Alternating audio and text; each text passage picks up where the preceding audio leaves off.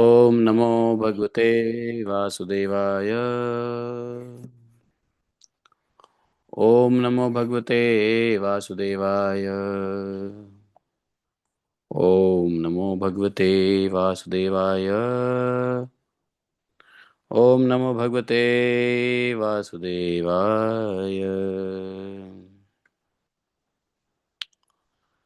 नारायणं नमस्कृत्यं नरं चैवं नरोत्तमं देवीं सरस्वतीं व्यासं ततो जयमुदीरयेत्। नष्टप्रायस्वभद्रेषु नित्यं भागवत सेवया भगवते उत्तम श्लोके भक्तिः भवति नैष्ठकी।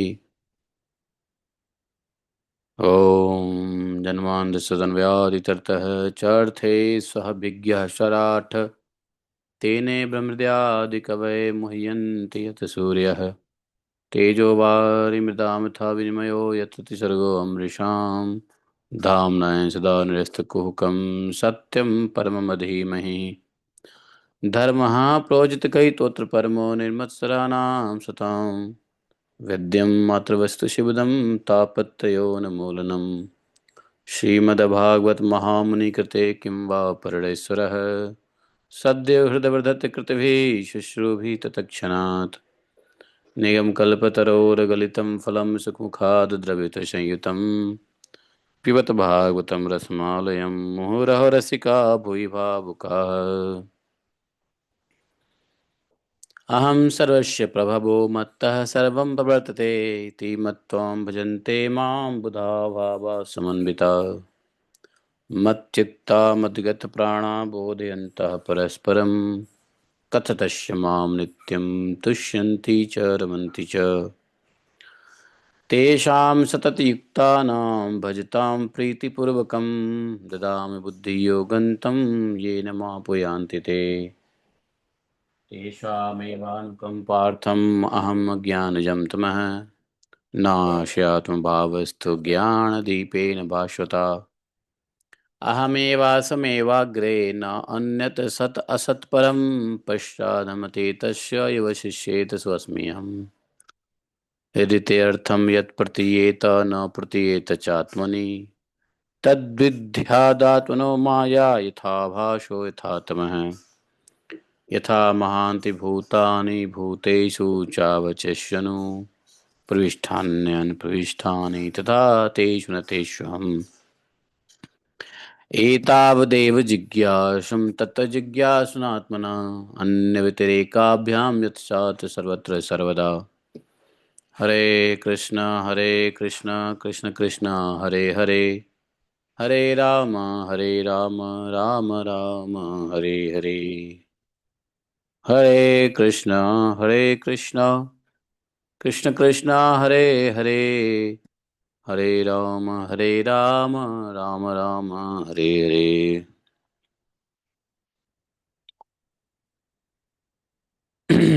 श्री भगवानुवाच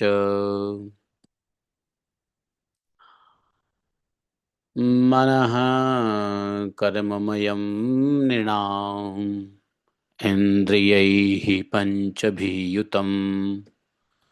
लोकात् लोकं प्रयात्यन्य आत्मा तदनुवर्तते ध्याययन् मनोऽनुविषयान् दृष्टातवानुश्रुतानथ उद्यत सीदत कर्मतन्त्रम् स्मृतिः तदनुशाम्यति विषयाभिनिवेशेन न आत्मानं यत् स्मरेत् पुनः जन्तोः वै कस्यचित् ते ध्यतो मृत्यु अन्त्यस्मृतिः।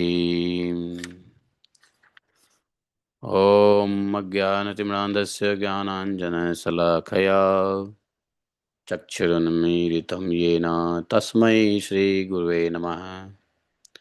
श्रीचैतन्यमनोभीष्टं स्थापितं येन भूतले स्वयं रूप कदा मह्यं ददाति स्वपदान्तिकम् वन्देऽहं श्रीगुरो हरिश्रुतपदकमलं शिरो न वैष्णवांश्च श्रीरूपं साग्रजातं सहगण रघुनाथान्वितं तं सजीवं साद्वैतं सावधूतं परिजनसहितं श्रीकृष्णचैतन्यदेवं श्रीराधाकृष्णपादान् सहगण ललिता श्रीविशाखान्वितांश्च हे कृष्ण करुणा सिंधु दीनबंधु जगतपते गोपेश गोपिका कांतम राधा कांतम नमोस्तुते तप्त कांचन गौरांगी राधे वृंदावनेश्वरी वृषभानुसुते देवी प्रणमामि हरिप्रिये वाञ्छाकल्पतरुभ्यश्च कृपा सिन्धुभैव च पतितानां पावनेभ्यो वैष्णवेभ्यो नमो नमः। जय श्री कृष्ण चैतन्य प्रभु नित्यानंद श्री अद्वैत गदाधर शिवासादि गौर भक्त वृंदा। बिजली वाला डाउन कर दो।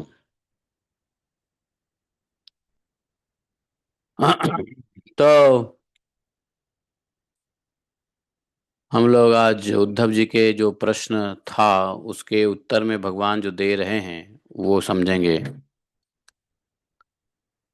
प्रश्न क्या था उद्धव जी का कि जो भगवान कृष्ण से विमुख हैं, भगवान कृष्ण से जो विमुख जीव अपने किए हुए पुण्य पापों के फल के मुताबिक ऊंचे और नीचे योनियों में जाते आते रहते हैं।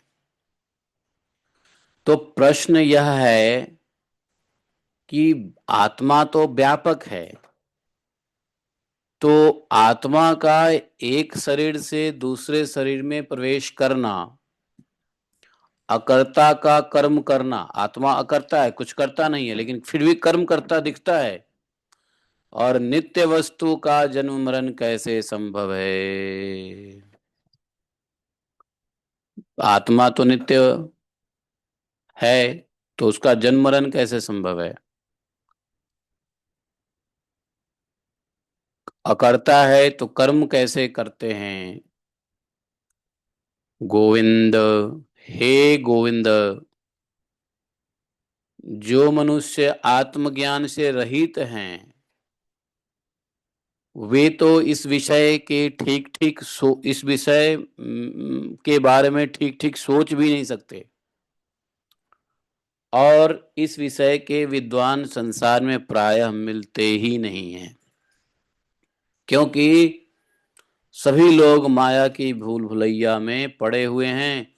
इसलिए आप ही कृपा करके इस रहस्य को समझाइए।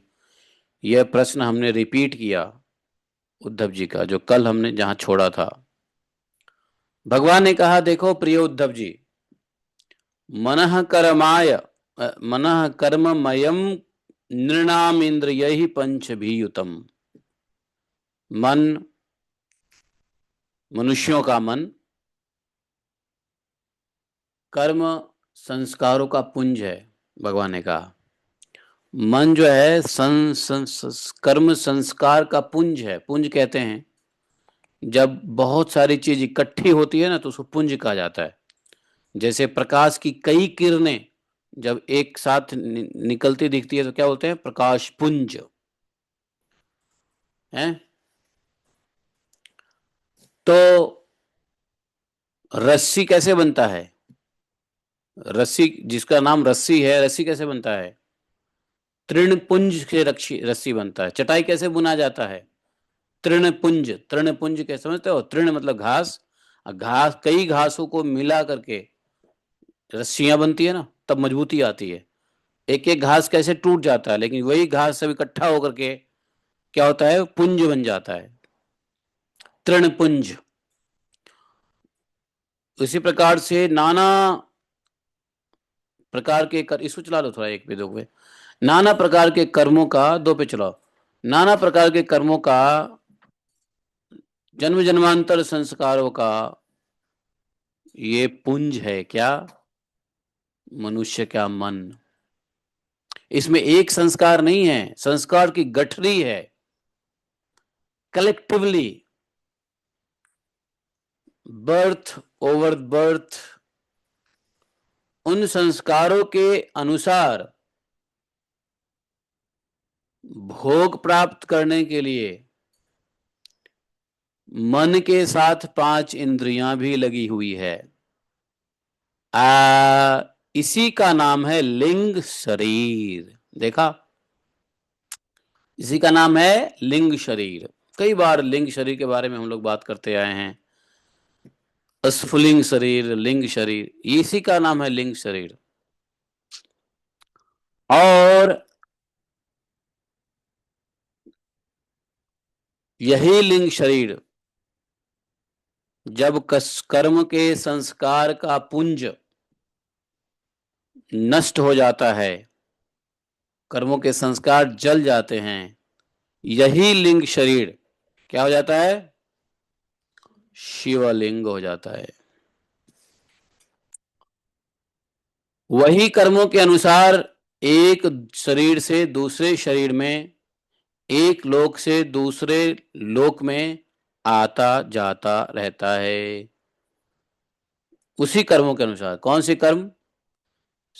कर्म के संस्कार, और संस्कार को भोगने के लिए कर्म, और फिर कर्म से दूसरा शरीर लो। ये चक्कर है।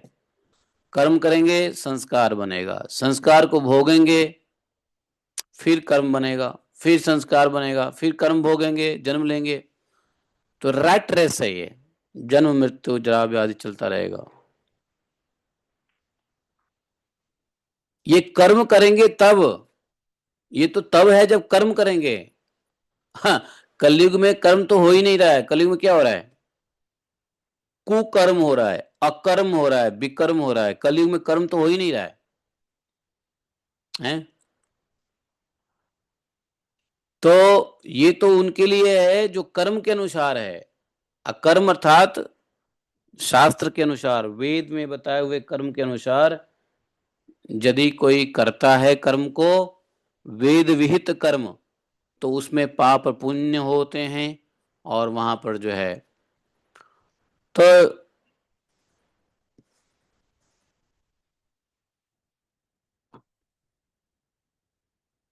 समझ समझ में आ गया कि क्यों लोग एक लोक से दूसरे लोक में आते जाते रहते हैं, और जिस लोक में जाएंगे उस लोक का शरीर धारण करना पड़ता है, उस लोक के भोग भोगने पड़ते हैं।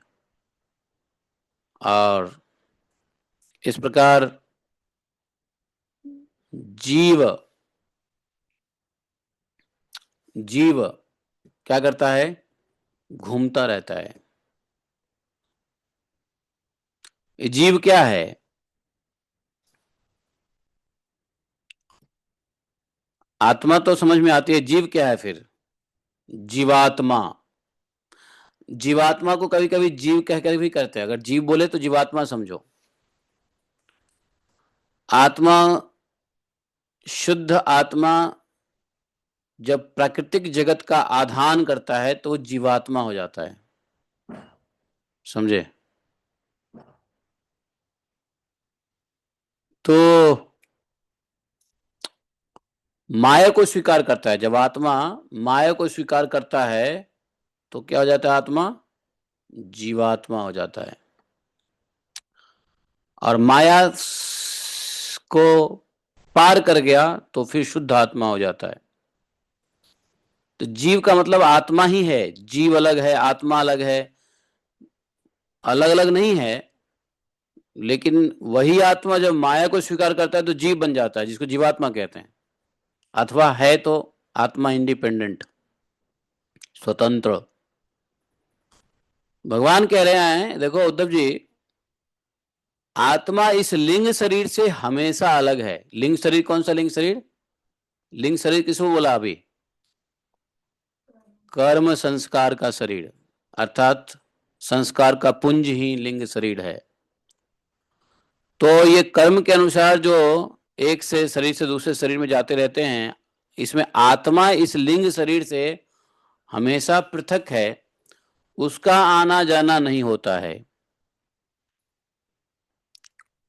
परंतु हाँ, आत्मा का नहीं होता है आना जाना, लेकिन जब वह वह कौन? आत्मा अपने लिंग शरीर ही समझ बैठता है, वही माया को, गुणमयी माया है। कर्म संस्कार, तो कर्म कैसे होता है? गुण से होता है कर्म, और फिर कर्म संस्कार बनता है।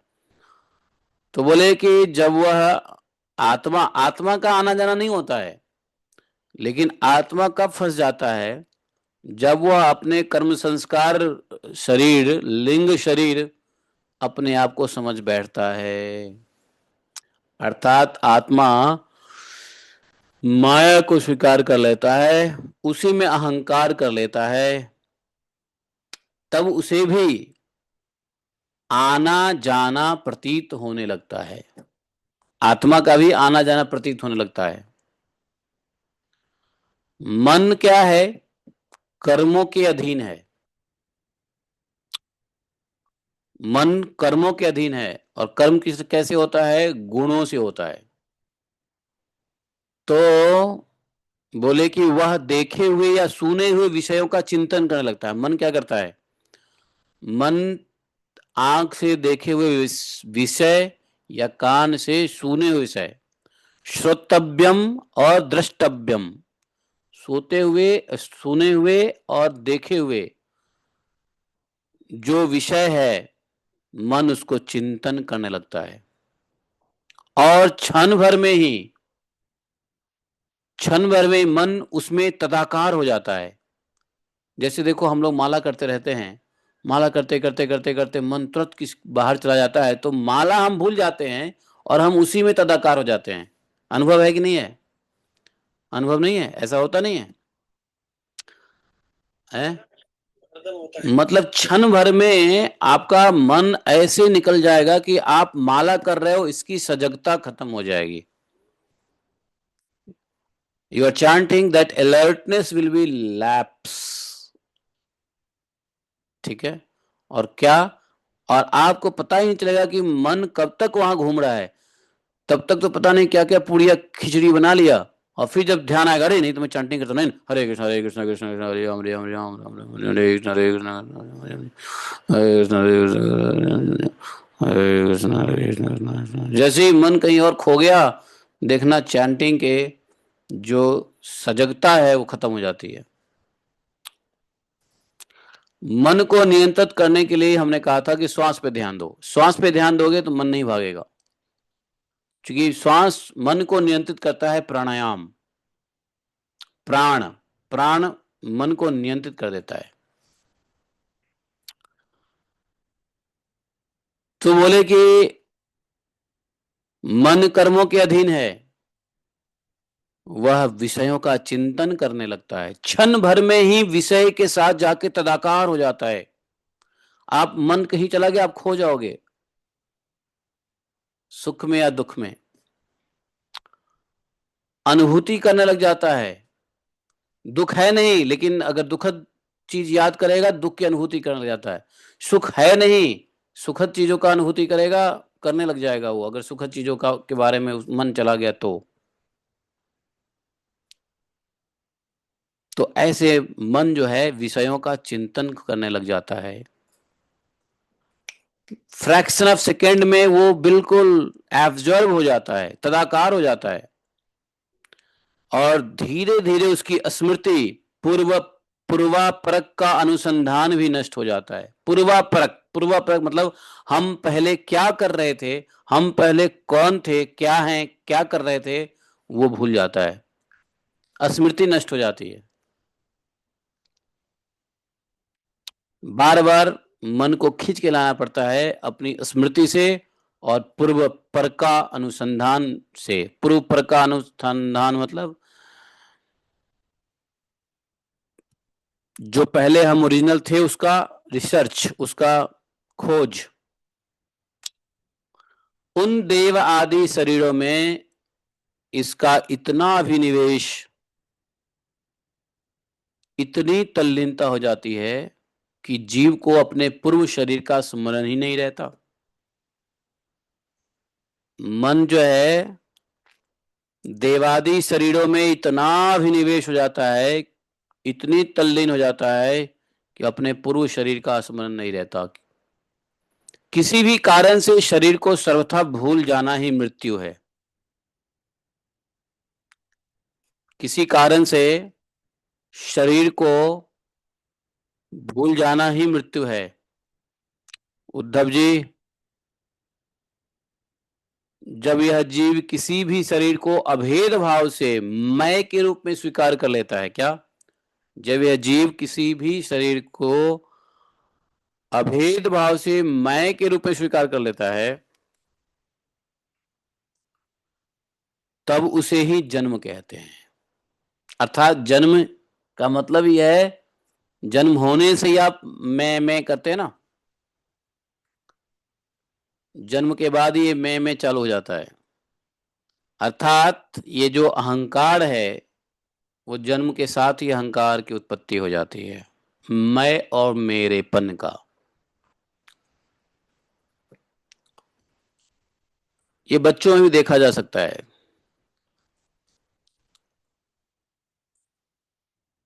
लेकिन बच्चा जब इन्फेंट होता है तो उसके अंदर मैं बहुत ही शटल फॉर्म में होता है, लेकिन धीरे धीरे जैसे वो बढ़ता है उसका मेरेपन, मैं तो शटल रहता ही है, तभी तो जन्म हुआ, शरीर ग्रहण किया। अब जब मेरापन फिर आ जाता है, धीरे धीरे जब बच्चा आगे बढ़ता है तो मेरापन, उसको पता चलता है कि ये मेरी माँ की गोद है, ये किसी दूसरे का गोद है, ये मेरे पिता हैं, ये मेरे बाहर वाले हैं, ये घर वाले हैं। ये सारा भेद बुद्धि आने लग जाता है। ज्यादा दिन की बात नहीं होती है, 6-7 महीने बच्चे ये सब देखने लग जाते हैं, है कि नहीं? मेरेपन का भाव बच्चे में तब तक नहीं रहता जब तक वो अधिक सोता रहता है। आंख बंद करके ज्यादातर सोया रहेगा तो उसको नहीं आया, लेकिन जितने आंख उसके खुलने लग जाएंगे, उसको समझ में आता है कि मेरा मेरेपन समझ में आ जाती है कि ये मेरा घर है।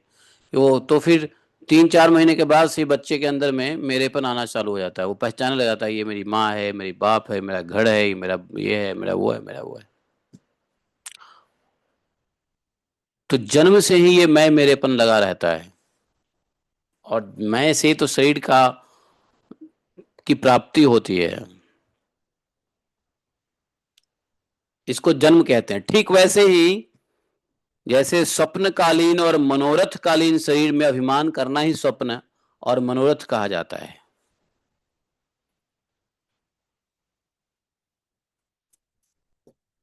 स्वप्न में कुछ देखा और उसमें आपको सुख और दुख की अनुभूति होती है, या भय की अनुभूति होती है, भय भय भी लगता है स्वप्न में, तो वो उसमें खुद को देखते हैं। इसी मैं मेरेपन से ही स्वप्न में भी अनुभूति जो होती है, मनोरथ होती है, वो स्वप्न में भी ऐसा होता है। तो स्वप्न तो तत्कालिक है, क्षणिक है, और हर रात स्वप्न बदलता रहता है। लेकिन जो जन्म है वो थोड़े जीवन काल चलता है, फिर दूसरे जन्म होते हैं, तो वो थोड़ा प्रोलॉन्ग्ड कह सकते हैं कि जन्म मृत्यु प्रोलॉन्ग्ड स्वप्न है। लेकिन जो स्वप्न हम देखते हैं डेली के डेली, रात में या दिन में सोते वक्त, वो शॉर्ट है, शॉर्ट। तो जन्म जो है वो भी प्रोलॉन्ग्ड स्वप्न है, वो स्वप्न ही है, मिथ्या ही है, पर प्रोलॉन्ग्ड है। That is for 50 years, 70 years, 80 years के लिए है। जिस जैसी योनि मिलती है उतने ही काल के लिए वो भी स्वप्न ही है, जन्म। बोले देखो, यह वर्तमान शरीर में स्थित जीव जैसे पहले के शरीर का याद नहीं करता। अभी हम लोग मनुष्य में हैं तो पहले के शरीर का स्मरण है नहीं है। तो बोले स्मरण क्यों नहीं है, कारण क्या है? कारण यह है कि हम वर्तमान शरीर में ही तदाकार हो चुके हैं। हमारा मन इसी शरीर में इतना तदाकार हो गया है कि पूर्व चिंतित विषय लीन हो जाता है। अर्थात लास्ट बर्थ क्या था वो हम भूल गए हैं, क्योंकि हम इसी शरीर में हम लयबद्ध हो गए हैं, इसी शरीर में तदाकार हो गए हैं।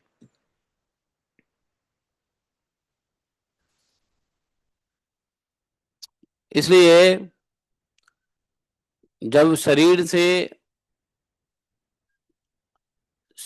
आत्मा स्तर पे आते हैं और शरीर से जब आसक्ति वास्तव में नष्ट होती है, तो योगी को पूर्व जन्म की भी बातें तभी याद आने लग जाती है, क्योंकि उसका अहंकार इस शरीर में, वर्तमान शरीर में अहंकार शून्य हो जाता है।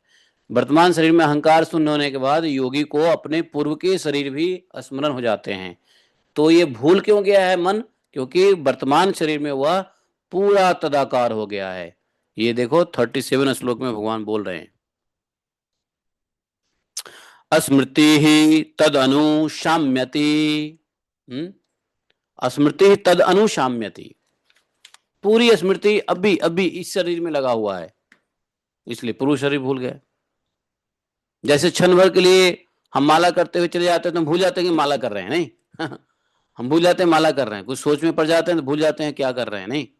तो वो शॉर्ट स्पैन ऑफ फॉरगेटफुलनेस है। लेकिन ये जो ये कुछ लॉन्ग या प्रोलॉन्ग्ड कह लो स्पैन ऑफ फॉरगेटफुलनेस है। तो ये इसको क्या कहा गया है कि शरीर में अभिनिवेश होना। अभिनिवेश अर्थात बुद्धि शरीर में लग जाना। जहां बुद्धि लगती है उसको अभिनिवेश कहते हैं। तल्लीनता।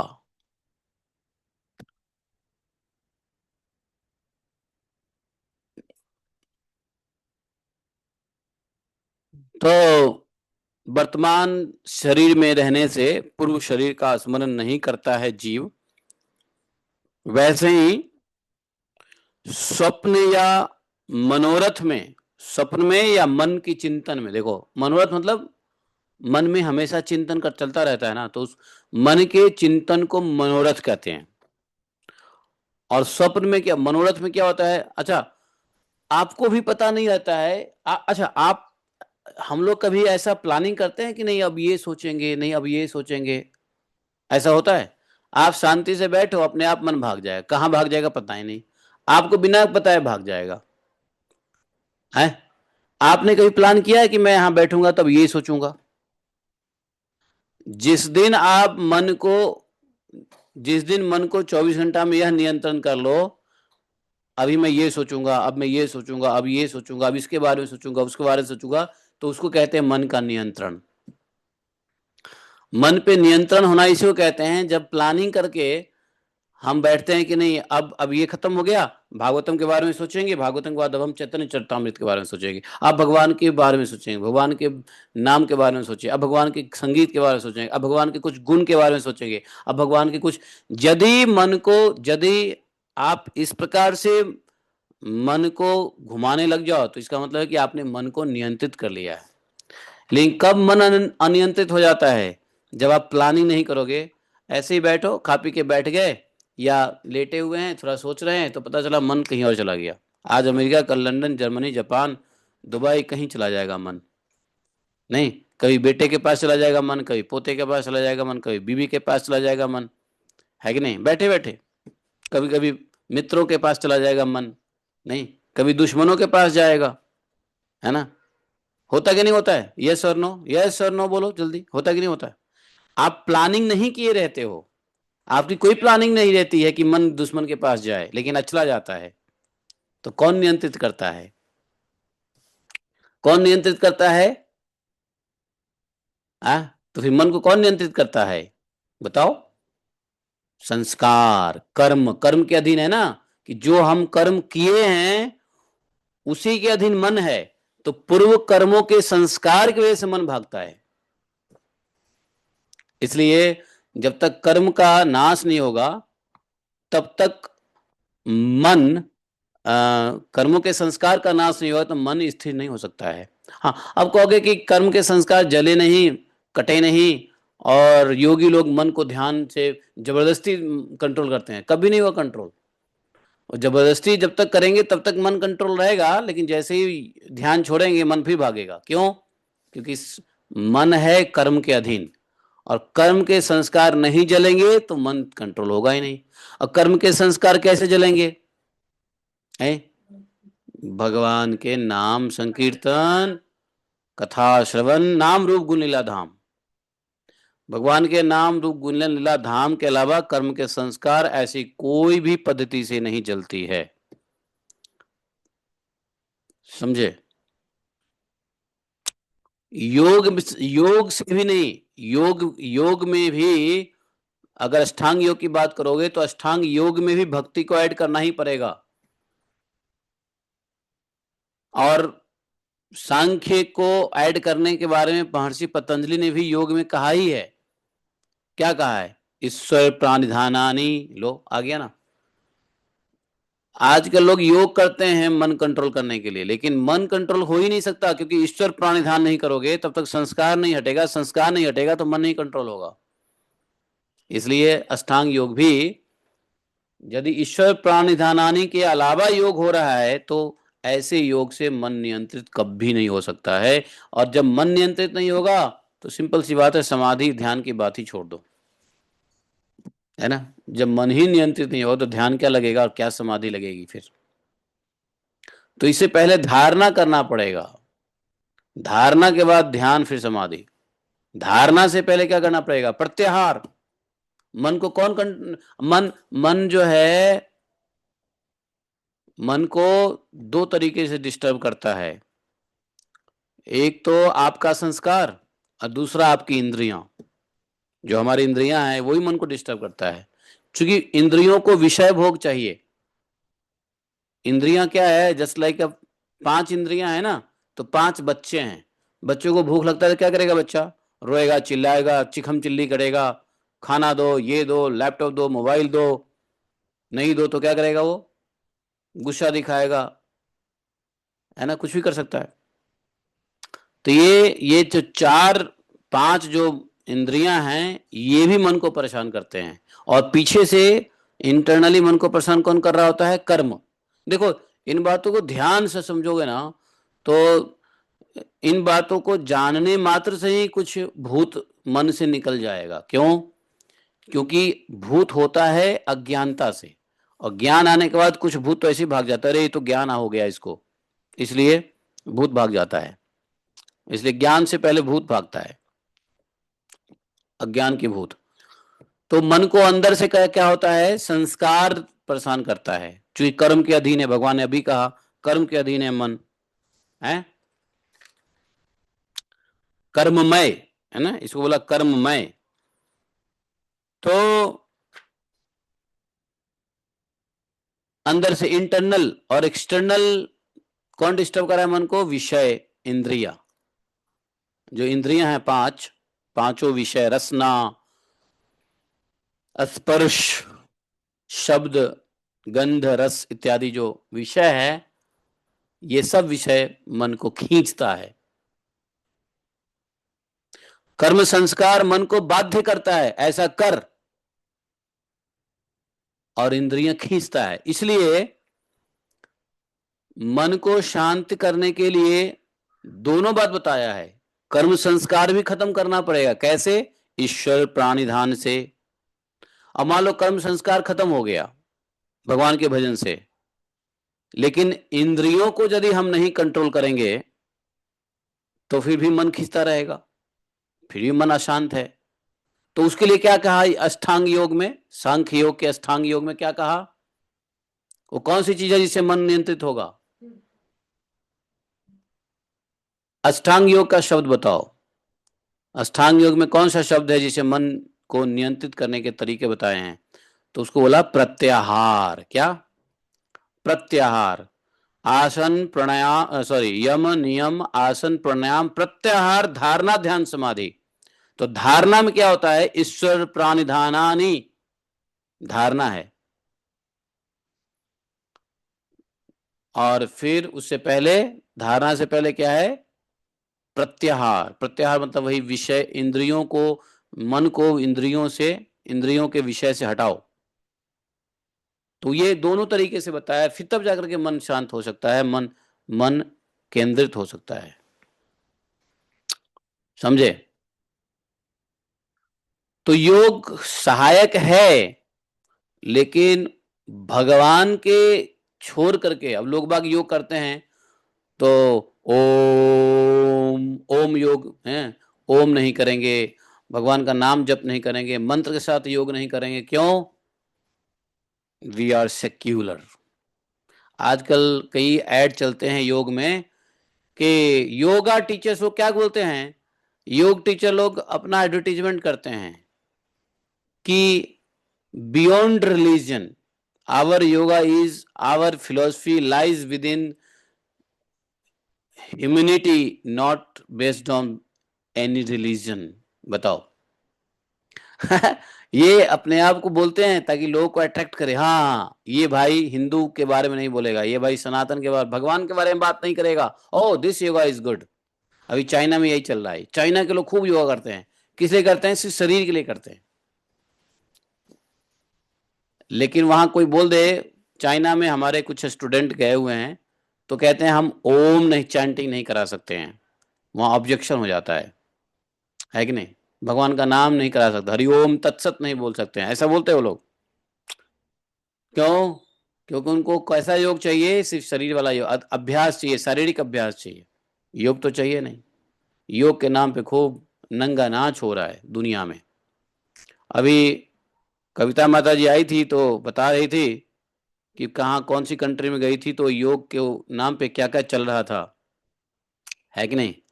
वो बता रही थी, अभी आज नहीं आई है, नहीं तो उसके मुंह से सुन लेते हम। तो वो बता रही थी कि योग के नाम पे क्या चल रहा है, वो बाली और फुकट में जाकर के कैसे कैसे लोग योग करते हैं, नंग धरंग योग करते हैं। ये सब क्या है? ये सब बकवास अपभ्रंश है। और ये सब अपभ्रंश हमारे यहाँ के ही टीचरों ने पैसे की लालच में बाहर जा जा करके लोगों को गलत गलत माल सप्लाई कर दिया है। ओरिजिनल सप्लाई किया नहीं है, गलत सप्लाई कर दिया है पैसे की लालच में। ये बात बोलेंगे तो लोगों को अच्छा लगेगा, लोग हमारे पास आएंगे, एडवर्टीजमेंट चल रहा है। Our yoga philosophy is beyond religion, doesn't lies in any particular, you know full of secularism. है, बताओ।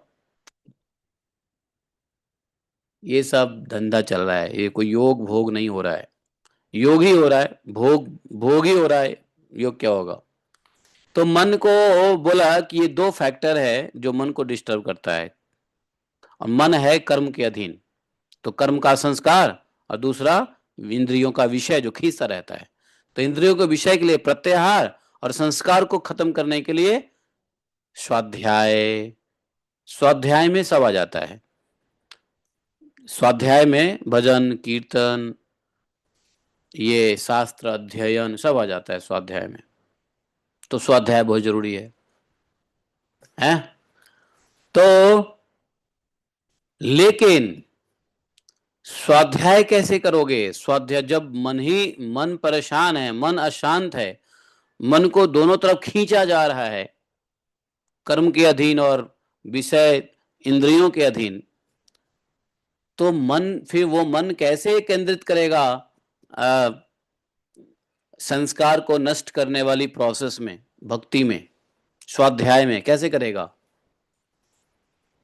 है? तो भगवान ने कह दिया उसके लिए असंग, असंग करो, अर्थात जो असत संग है उसका संग छोड़ दो, है, एसोसिएशन चेंज करो। तो ये इजी प्रोसेस है, साधु के बीच में रहना और फिर साधु बनना इजीएस्ट प्रोसेस है। डाकुओं के बीच रह के साधु बनना डिफिकल्ट प्रोसेस है, इम्पॉसिबल प्रोसेस है। नहीं, हम रहेंगे असत्संग में और हम कहेंगे कि भगवत ज्ञान हो जाए, तो ये इम्पॉसिबल मेथड है। नहीं, बट वही उल्टा कर दो तो इजीएस्ट मेथड हो जाता है। तो इसलिए भगवान ने कहा असंग शस्त्रेण, क्योंकि मन जब है ही खराब, मन जब है ही कर्म के अधीन, मन जब विषय में डूबा हुआ है रसगुल्ले की तरह, तो मन को कैसे ठीक करे? बस एक ही उपाय है, असंग शस्त्रेण, एक ही शस्त्र है, असंग का त्याग कर दो। असंग, कुसंग, असत संग एक ही बात है कि नहीं? तो इसलिए association of like minded people is very important.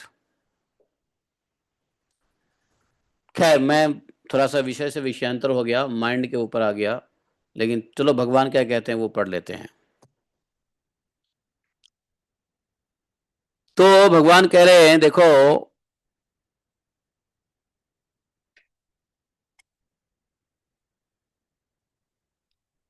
तो मन के अंदर में क्या चलता रहता है? मनोरथ। हम मनोरथ से भटक गए थे। मनोरथ कहते हैं कि मन में चलती हुई विषय चिंतन को मनोरथ कहते हैं। मन में जो भी विषय चल रहा है उसको मनोरथ कहते हैं।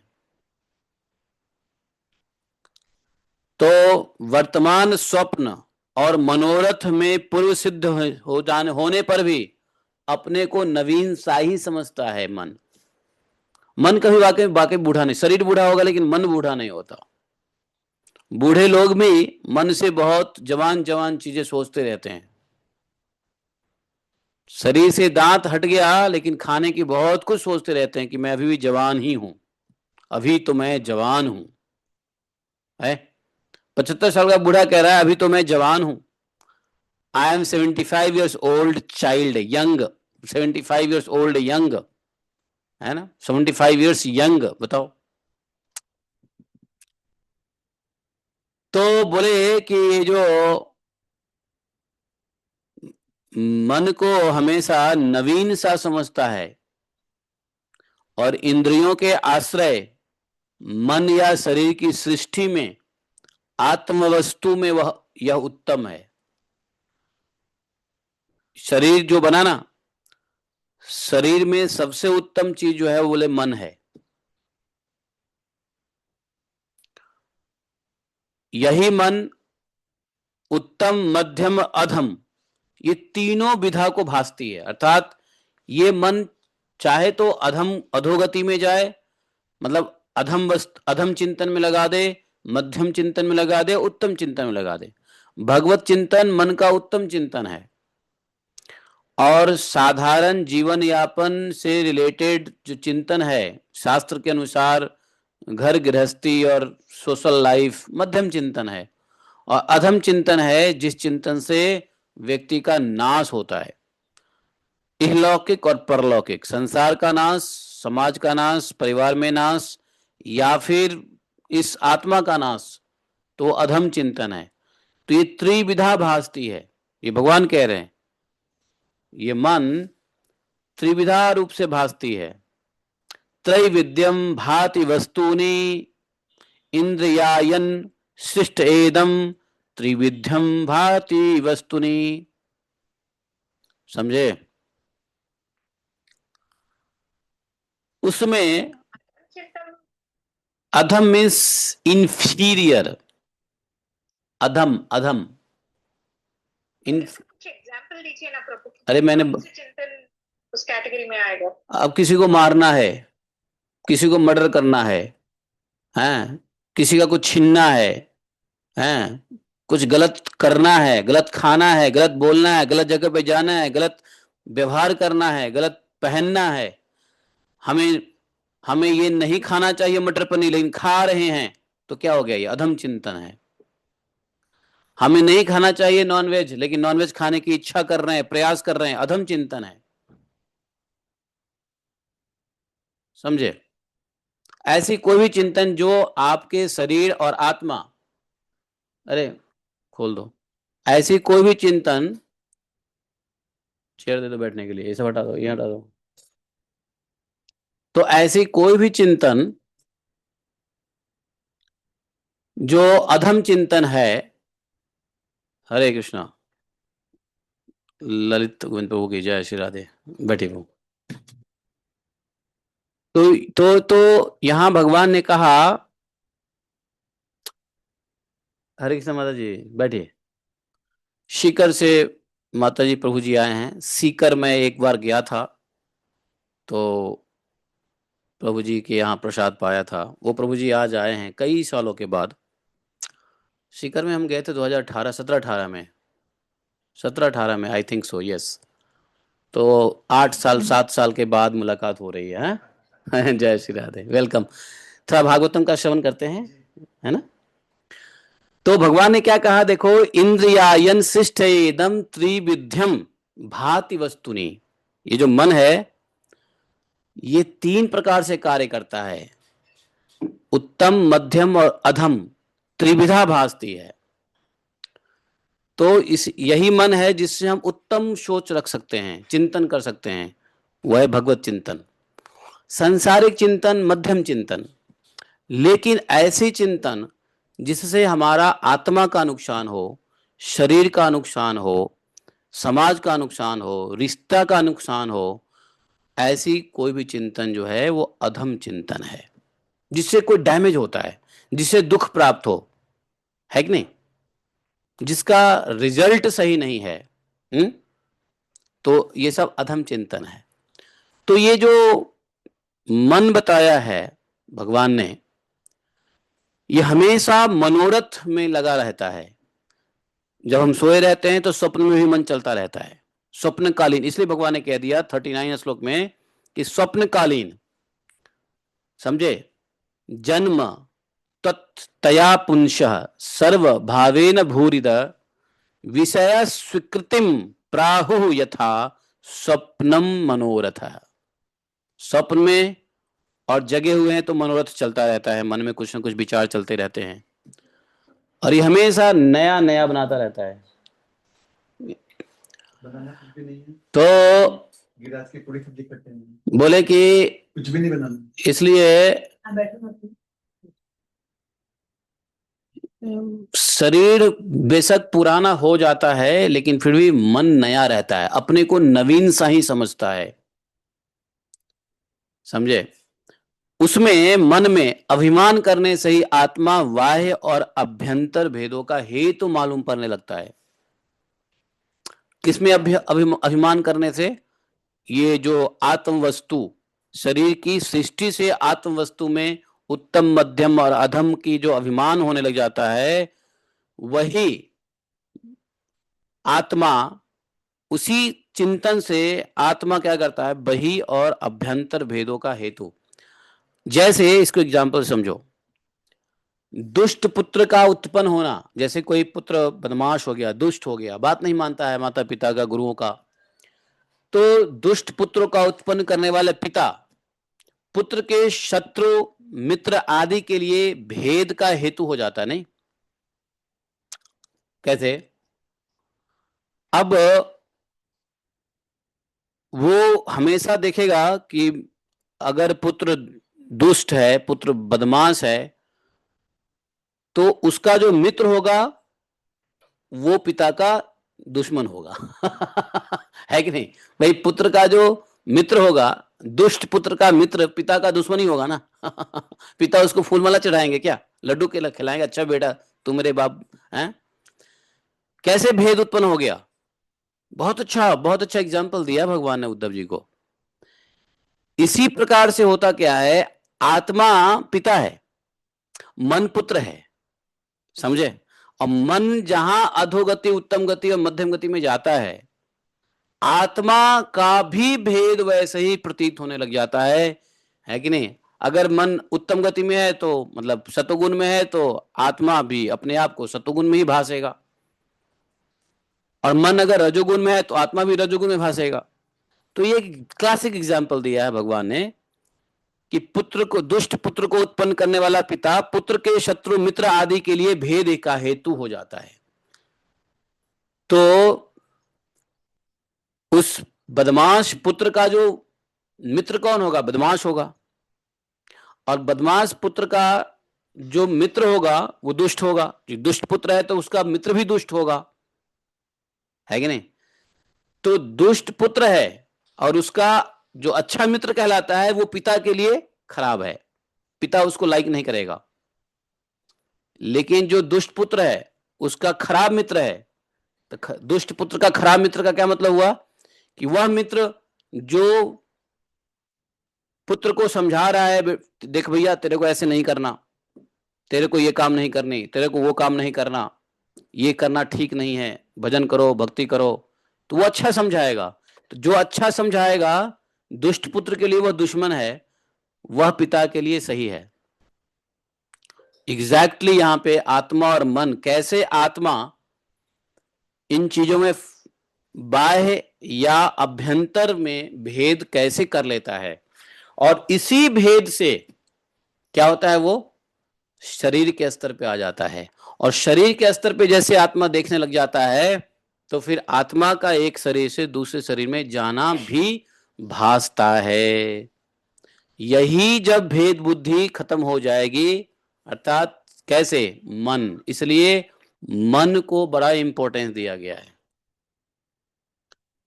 मन, अब समझ में आ रहा है कि मन कैसे आत्मा का उद्धार कर सकता है। मन आत्मा का उद्धार कैसे कर सकता है, आप समझो यहीं से। ये बड़ा सीक्रेट नॉलेज है जो भगवान उद्धव जी को दे रहे हैं, बहुत मनन करने का विषय है। बार बार पढ़ के मनन करेंगे, तब जाकर के ये सब बात हृदयंगम होगा। तो यहां पर करना क्या है कि जो मन आत्मा में ही भेद उत्पन्न कर देता है और आत्मा शरीर के स्तर पे आ जाता है, वही मन यदि मनोरथ और स्वप्न को छोड़ करके सिर्फ उत्तम, देखो हम तो पहले सत्गुण में आना है, तो उत्तम चिंतन में आना है।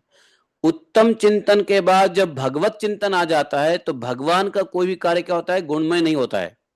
भगवान के लिए किया हुआ कार्य गुणमय नहीं होता है, क्या होता है, वो निर्गुण होता है। क्यों, भगवान निर्गुण है। भगवान निर्गुण है तो निर्गुण के प्रति किया हुआ सेवा निर्गुण ही होता है, सगुण नहीं होता।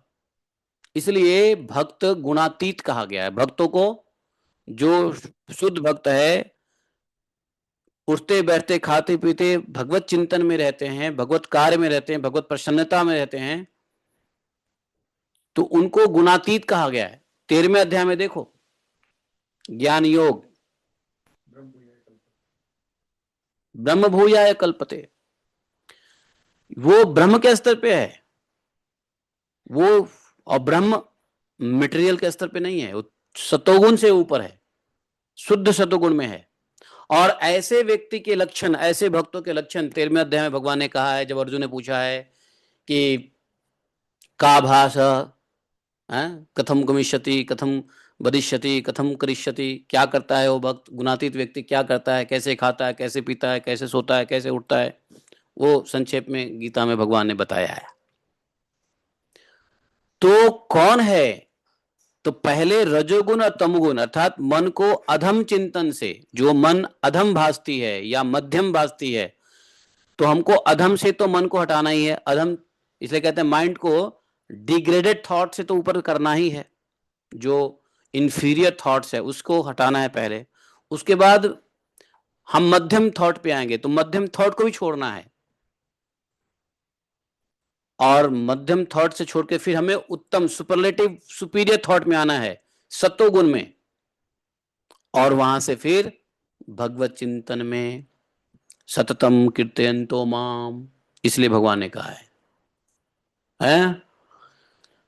तो ये उद्धव गीता के अंदर में बार बार पढ़ो, मनन करो, निधि ध्यासन करो, श्रवणम मननम निधि ध्यासनम, तब जाके ये हृदयांगम होगा। यह बहुत ही डीप बात बता रहे हैं उद्धव जी को। यह डेफिनेशन इस प्रकार से, संसार में कोई गुरु नहीं, संसार में कोई विद्वान नहीं, अच्छा गुरु क्या, गुरु अगर सदगुरु हैं तो वो यही बोलेंगे जो भगवान बोल रहे हैं, लेकिन संसार की कोई भी विद्वान, कोई भी वेदांती, कोई भी पढ़ा हुआ इंसान, कोई भी विद्वान, शास्त्र का ज्ञाता इतने अच्छे से नहीं समझा सकता है जितना भगवान समझा रहे हैं, और भगवान के भक्त भी वही समझाएंगे जो भगवान समझा रहे हैं।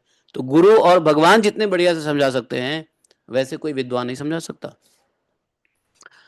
तो गुरु भी कैसा, जो वैष्णव गुरु हों, और जो जो गुरु भगवान की ही बातों को बोले, ऐसा सदगुरु। ये अब समझ गए कि आत्मा कैसे भेद कर लेता है, उसमें माइंड का बहुत सहयोग है। आत्मा कैसे आत्म स्तर पे, शरीर स्तर पे आ जाता है?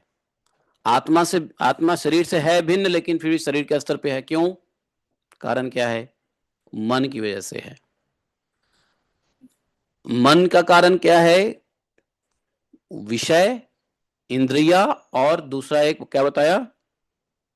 एक तो था विषय इंद्रियां जो मन को खींचता रहता है, और दूसरा क्या बताया? इंटरनली कर्म बंधन, कर्म।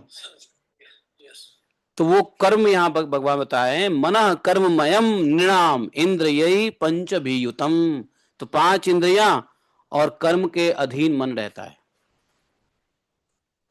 बताइए, इसलिए कर्म को खत्म करने की बात, कर्म के संस्कार को खत्म करने की बात आती है, जो जिसके लिए क्या होगा? स्वाध्याय से होगा कर्म संस्कार नष्ट। भजन कीर्तन नाम रूप गुण लीला धाम के सेवन से होगा। और इंद्रियों का जो नियंत्रण है वो तो प्रत्याहार से होगा। लेकिन दोनों नियंत्रण तभी हो सकता है जब हम भक्तों के संग में रहेंगे। Association is very important. मुझे बताया ना कि अगर मन डूबा हुआ ही है कर्म बंधन में और विषय भोग के चिंतन में, तो रसगुल्ला की तरह रस में डूबा हुआ है। तो कैसे उसके ऊपर रंग चढ़े स्वाध्याय का? तो इजी प्रोसेस है। कैसे? सत्संग। इसलिए कपिल देव भगवान जब बताते हैं माता देवहूति को सांख्य योग, तो एक बात बार बार भगवान कहते हैं माता को, माता सत्संग मत छोड़ना, साधुओं का संग मत छोड़। संग का क्या मतलब? साधु संग क्या मतलब? साधु ऐसा संग जिससे साधुओं की वाणी सुनने को मिले। अब आजकल सत्संग ऑनलाइन है, तो चलो ये भी संग ही है है कि नहीं? तो साधु का संग का अर्थ है वाणी। क्योंकि साधु क्या करते हैं? भगवान के रूप लीला गुण धाम इत्यादि की ही चर्चा करते हैं, स्वाध्याय करते रहते हैं, नाम जप करेंगे या कीर्तन करेंगे। तो बार बार कपिल देव भगवान कह रहे हैं, मैया बस कुछ भी हो जाए, कर्म के। और बड़े बड़े भगवान के भक्त जब भगवान को दर्शन मिलता पाते हैं, तो एक ही प्रार्थना करते हैं कि हे भगवान, यदि आप मुझ पे प्रसन्न हैं और कुछ देना ही चाहते हैं तो हमें भक्तों का संग दीजिए। जहां आपके भक्त गायंती कीर्तयंती नृत्यंती, वहां संग दीजिए। क्योंकि है ना, भक्तों का संग दीजिए। हमको ये नहीं चाहिए स्वर्ग अपवर्ग, ये वो नहीं चाहिए, भक्त का संग चाहिए। क्योंकि जहां भक्त होगा वहां सत्संग होगा, जहां सत्संग होगा वहां मन रमन करेगा। कहाँ? राधा रमन में।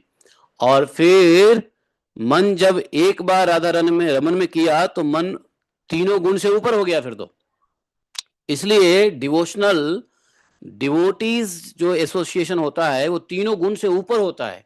ना तो सतों में रहेगा, ना रजों में रहेगा, ना तमों में रहेगा। लेकिन शुरू में रज और तम को दबाना पड़ता है सत्व गुण से। लेकिन ये भी बहुत डिफिकल्ट है कलयुग में। तो कलयुग के लिए इसलिए भगवान ने कह दिया, क्या कह दिया? सर्वधर्मन्य प्रत्यज माम एकम शरणम व्रज। सभी धर्म को छोड़ दो, क्योंकि धर्म का पालन करना ही सत्वगुण है सत्वगुण में क्या है? सत्वगुण का मतलब है कर्म करना, कर्म शास्त्र विहित कर्म, विधि निषेध के साथ कर्म। वेद और शास्त्र में जो कर्म कहा गया उसको करने के लिए बताया है।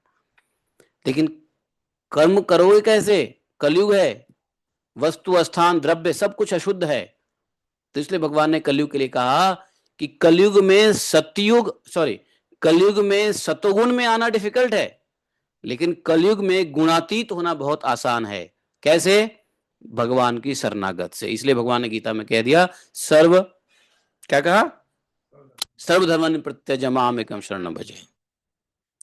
और सुनो, चिंता मत करो। भगवान ने यह भी कहा ठोक बजा के अर्जुन को, चिंता मत करो। ऐसा क्या हो? कलयुग में तो पाप बहुत है हमारे। अरे अहम तम सर्व पापेभ्यो मोक्षयिष्यामि मा शुचः बोला, मा शुचः, डरो मत, भय मत करो। क्योंकि तमोगुण और रजोगुण से जो पाप बनते हैं वो सतोगुण से नष्ट होते हैं। पाप नष्ट होगा, लेकिन पाप के मूल कारण नष्ट नहीं होता है। पाप नष्ट होगा लेकिन मूल कारण नष्ट नहीं होगा। भागवत में आप लोग याद करो एक प्रसंग, जब खूब प्रचेता के पिताजी का क्या नाम था? प्रचिता के पिताजी का क्या नाम था? प्राचीवर्ही। प्राचीवर्ही यज्ञ कर रहे थे, पशु यज्ञ, पशु बलि कर रहे थे।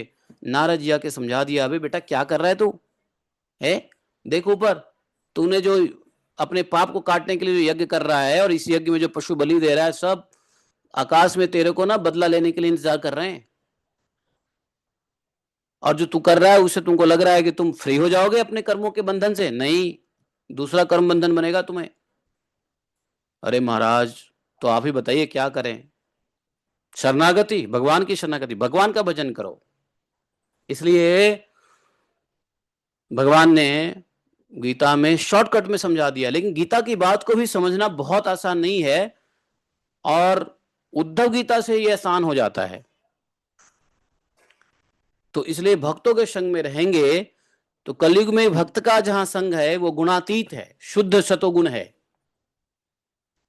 ना। कर्मकांडियों के संग में रहोगे, हालांकि खैर कलयुग में कर्मकांडी है ही नहीं, कलयुग में कर्मकांडी नहीं है। कौन वेद के मुताबिक कर्म कर रहा है? कर भी नहीं पाओगे। लेकिन यदि वेद के मुताबिक कर्म करने वाले, शास्त्र के मुताबिक कर्मकांड में लगे हुए लोगों के साथ रहोगे तो वो सत्वगुण है। लेकिन भगवान की स्वाध्याय जहां हो रही, भगवान की भक्ति जहां हो रही है, भगवान के धाम में रहना, भगवान के सच्चिदानंद रूपाय, तो उसमें क्या होगा? वो शुद्ध सतोगुण है। इसलिए कलयुग में शुद्ध सतोगुण में आना बहुत आसान है, सतोगुण में आना बहुत डिफिकल्ट है, इम्पॉसिबल है। तो कलयुग में आइदर कोई रजोगुण में रहेगा या तमोगुण में रहेगा बस, या सतोगुण का आभास भी होता रहेगा, थोड़ा बहुत सतोगुण का भी आभास होगा, लेकिन टेंडेंसी ज्यादा रहती है रजोगुण और तमोगुण की, एंड तमोगुण की। तो अब समझ में आ गई बात। यह मन को नियंत्रण कर नहीं सकते हैं बिना भक्ति के मार्ग में आए हुए, बिना प्रभुपाद के मिशन में, बिना महाप्रभु के मिशन में आए हुए ये नहीं हो सकता। चैतन्य महाप्रभु के आने का एक बहिरंग कारण यह भी था, अंतरंग कारण तो बहुत थे, लेकिन बहिरंग कारण यह भी था कि लोगों को शॉर्टकट में कैसे सीधा सत्वगुण में लाया जाए। क्योंकि उम्र कम है, आयु कम है, अवस्था कम है, बुद्धि कम है, तो इसलिए जो है ना सीधा सीधा भक्ति प्रोसेस भगवान चैतन्य महाप्रभु ने स्वयं भगवान आकर के इतना आसान कर दिए लोगों को शुद्ध सद्गुण में आना। तो ये प्रोसेस कुल ये समझो कि चैतन्य महाप्रभु के से ही स्टार्ट हुआ। और देखो महाप्रभु आए उस समय कितने सारे भक्त आए, देश दुनिया के हर कोने कोने में भगवान के भक्त आए। इसी बात को उससे पहले भी भक्ति थी ऐसा नहीं है, लेकिन भक्ति गौण हो चुका था, मात्र 0.1% में भक्ति थे। उसको मोबिलाइज करने के लिए एक आंदोलन के रूप में जन साधारण को दान करने के लिए चैतन्य महाप्रभु आए थे। उससे पहले तो निम्बार्काचार्य आए थे, उससे पहले बहुत सारे वैष्णवाचार्य लोग आए ही थे, लेकिन चीजें गौण हो गई थी। तो 2 श्लोक और लेते हैं आज के लिए। ये चैप्टर बड़ा इंपॉर्टेंट है जिसमें मन के बारे में बताता हूं, पूरा भगवान ने रख दिया। अब उद्धव जी का प्रश्न क्या था उसका उत्तर भगवान दे रहे हैं। इसलिए मैंने क्या कहता हूं, भागवतम के अंदर में प्रश्न को यदि ध्यान में नहीं रखोगे, उत्तर से आप इसेंस नहीं ले पाओगे। नहीं तो ये होगा कि ठीक है क्या सुन रहे हैं, हाँ हो गया, महाप्रसाद है गोविंद भागवतम हो गया जी। प्रश्न क्या था उद्धव जी का, अब सोचो उत्तर मिल रहा है या नहीं मिल रहा है। तो उद्धव जी का प्रश्न क्या था? उद्धव जी का प्रश्न था, महाराज आप कहते हो आत्मा का किसी से लेना देना नहीं है, लेकिन आत्मा शरीर से भिन्न है, लेकिन दिखती तो अभिन्न है।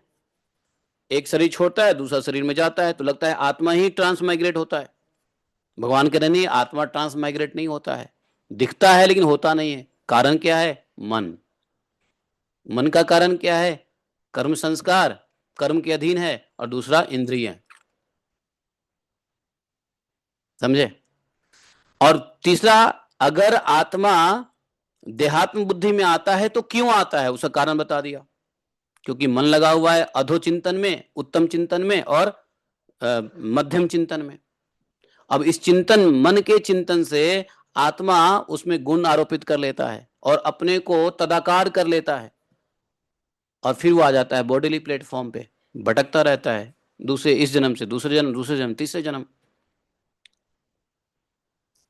लेकिन यही मन यदि हेल्प करे तो मन एव आत्मोद्धे, गीता में वो श्लोक है कौन सा, मन ही आत्मा का शत्रु है, मन ही आत्मा का मित्र है, ये कहा गया ना, उसका कारण यही है। अब समझ में आया भगवान क्यों कह रहे हैं गीता में मन ही शत्रु है, मन ही, मन एव बांधव मन एव शत्रु, आत्मेव उद्धारेत मनः शत्रु एव मित्रैव च, शत्रु और मित्र की तरह मन को उद्धार करता है, आत्मा को उद्धार करता है, आत्मा का हत्या भी करता है मन। यही कारण है। इसलिए मन की चिंतन के ऊपर हमें ध्यान देना चाहिए। हम क्या सोच रहे हैं, what we think what we become, क्या हम जो हम सोचते हैं वही बनते हैं। और इस संसार में मनुष्य क्या सोचेगा, संसार तो दुखालयम है, कलह का आलय है, कोलाहल हो रहा है संसार में। तो भगवान ही कृपा करके जीवों के लिए अपना लीला देके जाते हैं कि चिंतन करो ना मेरे बारे में, मेरे लीला में चिंतन करो, मेरे बाल लीला का चिंतन करो, मेरे पौगंड लीला का चिंतन करो, मेरे युवा का चिंतन करो, मेरे राज्य एज ए राजा चिंतन करो। If you are king think I am there as a king. अगर आप दुश्मन के बारे में चिंतन करते हो तो आप आओ, हम कैसे दुश्मन के बारे में सोचते हैं वैसे सोचो। आप बाल भाव में आते हो तो बाल लीला के बारे में सोचो। आपको you want politics, you just think of my politics. आप है कि नहीं, आप you are a tricky, think of my trick. आप कृष्ण के ट्रिक को थिंक करो। भगवान ने हर प्रकार के परिस्थिति, age, caste, creed, society, mental thoughts, behaviour, actions, हर चीज के लिए भगवान ने एक लीला करके 125 साल में लीला संपादन करके गए हैं।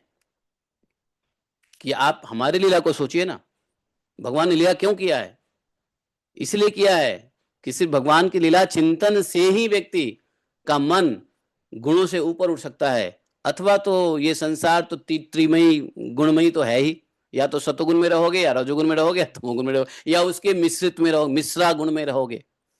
तो भगवान कितने दयालु हैं आप देख लो।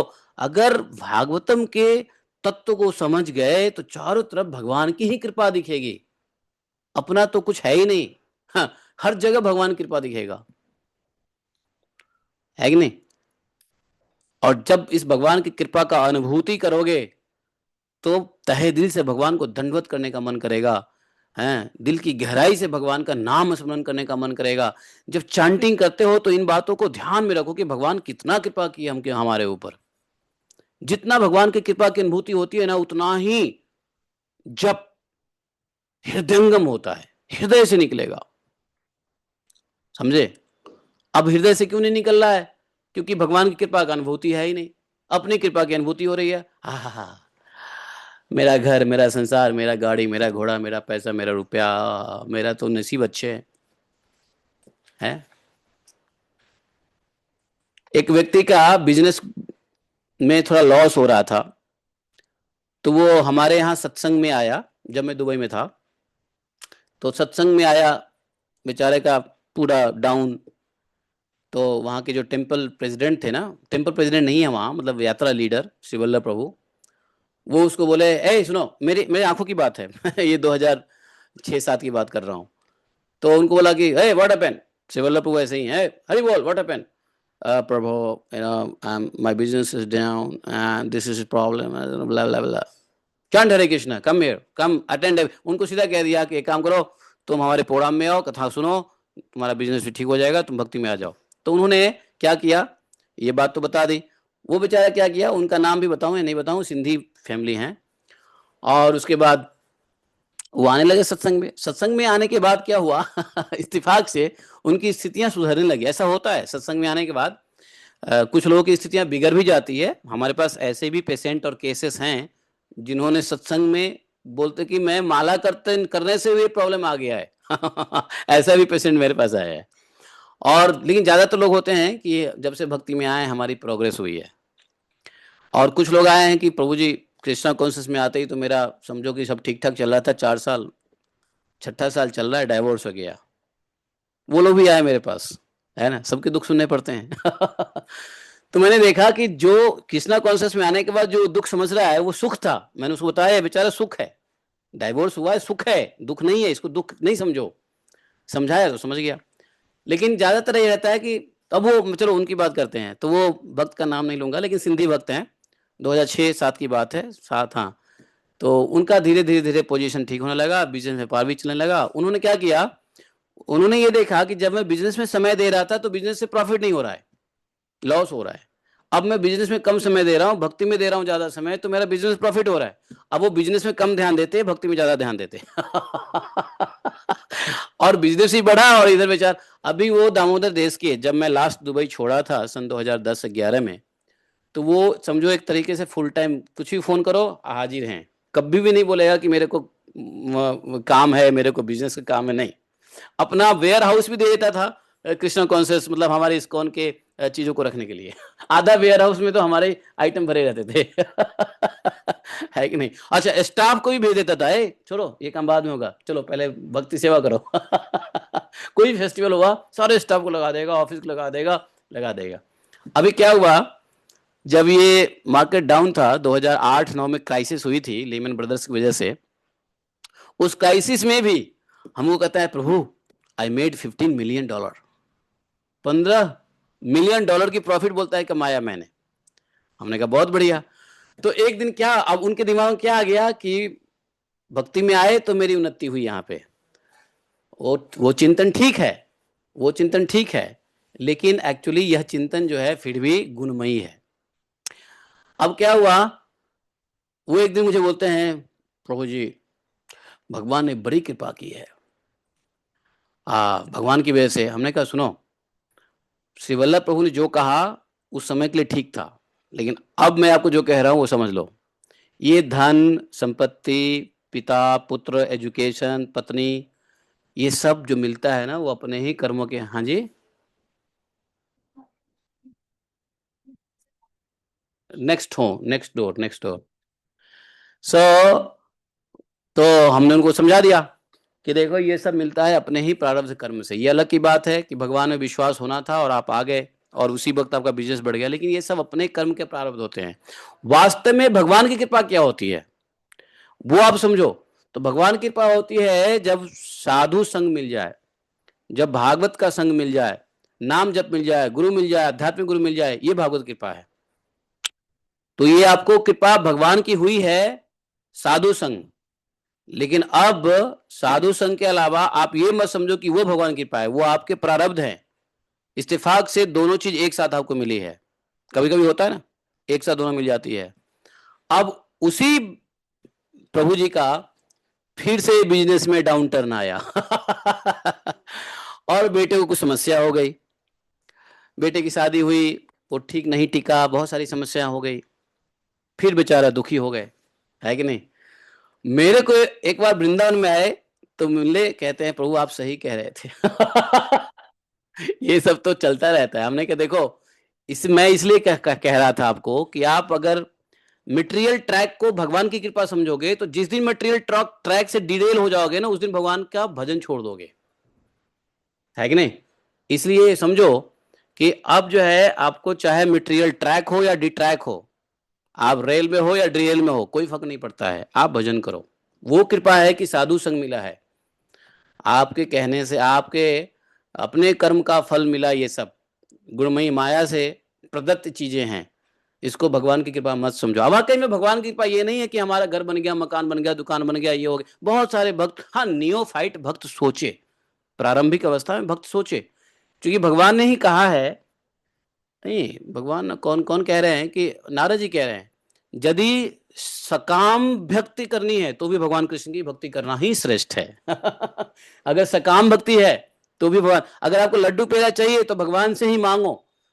जैसे प्रहलाद, जैसे जैसे क्या नाम है उनका, क्या नाम है अपना, ध्रुव महाराज क्या मांगने गए? हाँ, ध्रुव महाराज क्या मांगने गए, किस लिए भगवान का भजन किया?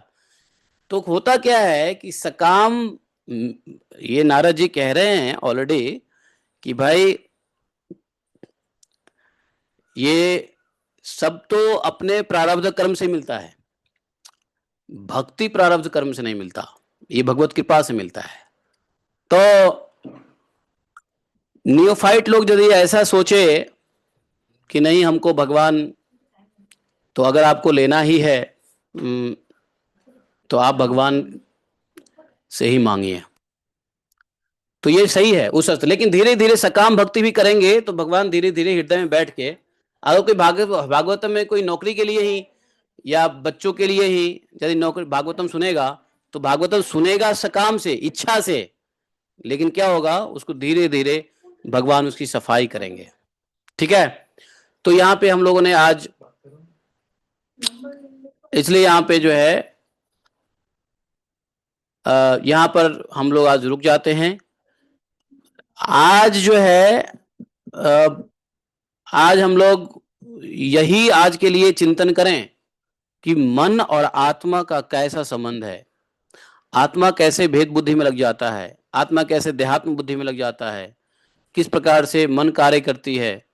बस यही 5-6 श्लोक अगर आज हम लोग चिंतन करें तो अच्छा रहेगा। थोड़ा सा बताइए ना प्रभु, प्रत्याहार का मतलब।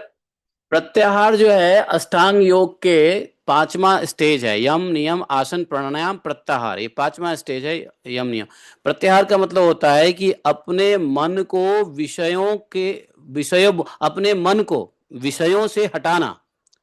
जैसे आपका हमारा इंद्रिय विषय भोग चाहेगा, लेकिन उसकी पूर्ति कब होगी, जब मन नहीं चाहेगा। मन नहीं चाहेगा तो उसकी पूर्ति नहीं होगी।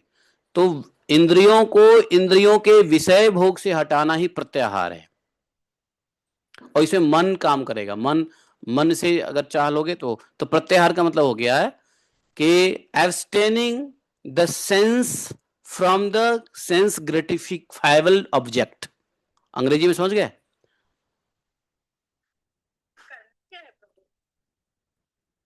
उसके लिए करना क्या है, उसके लिए भक्तों का संग करना है।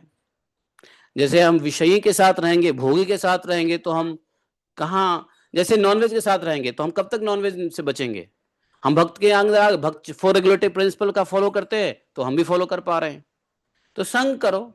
इंद्रियों का नियंत्रण कलयुग में सिर्फ संग से होगा, सत्संग से होगा, साधु संग से होगा, भक्तों के संग से होगा, और नहीं हो सकता। कितना भी योग भोग कर लो, कुछ नहीं फर्क पड़ेगा, है कि नहीं? ये सब भक्तों के संग से होगा, ऐसे नहीं हो सकता। अब हम लोग काल की गति समझेंगे कल। ठीक है, बोले ग्रंथराज श्रीमद् भागवतम की जय। एकम शास्त्रम देव की पुत्र गीतम, एको देवो देव की पुत्र एव, एकम मंत्रस्य तस्य नमानि यानि कर्मापि तस्य दिवस सेवा। तुमेव माता च पिता तुमेव बंधुश्च सखा तुमेव विद्या द्रविणम तुमेव मम सर्वदेव देवः। कृष्णाय वासुदेवाय हरे परमात्मने प्रणतक्लेशनाशाय गोविंदाय नमो नमः। हे कृष्ण करुणा सिंधो दीनबंधो जगतपते गोपेश गोपिका कांतम राधा कांतम नमोस्तुते। तप्त कांचन गौरांगी राधे वृंदावनेश्वरी वृषभानुसुते देवी प्रणमामि हरिप्रिये। वाञ्छाकल्पतरुभ्यश्च कृपा सिन्धुभैव च पतितानां पापनेभ्यो वैष्णवेभ्यो नमो नमः। जय श्री कृष्ण चैतन्य प्रभु नित्यानंद, श्री अद्वैत गदाधर शिवासादि गौर भक्तवृंद। हरे कृष्णा कृष्ण कृष्ण हरे हरे, हरे राम राम राम हरे हरे।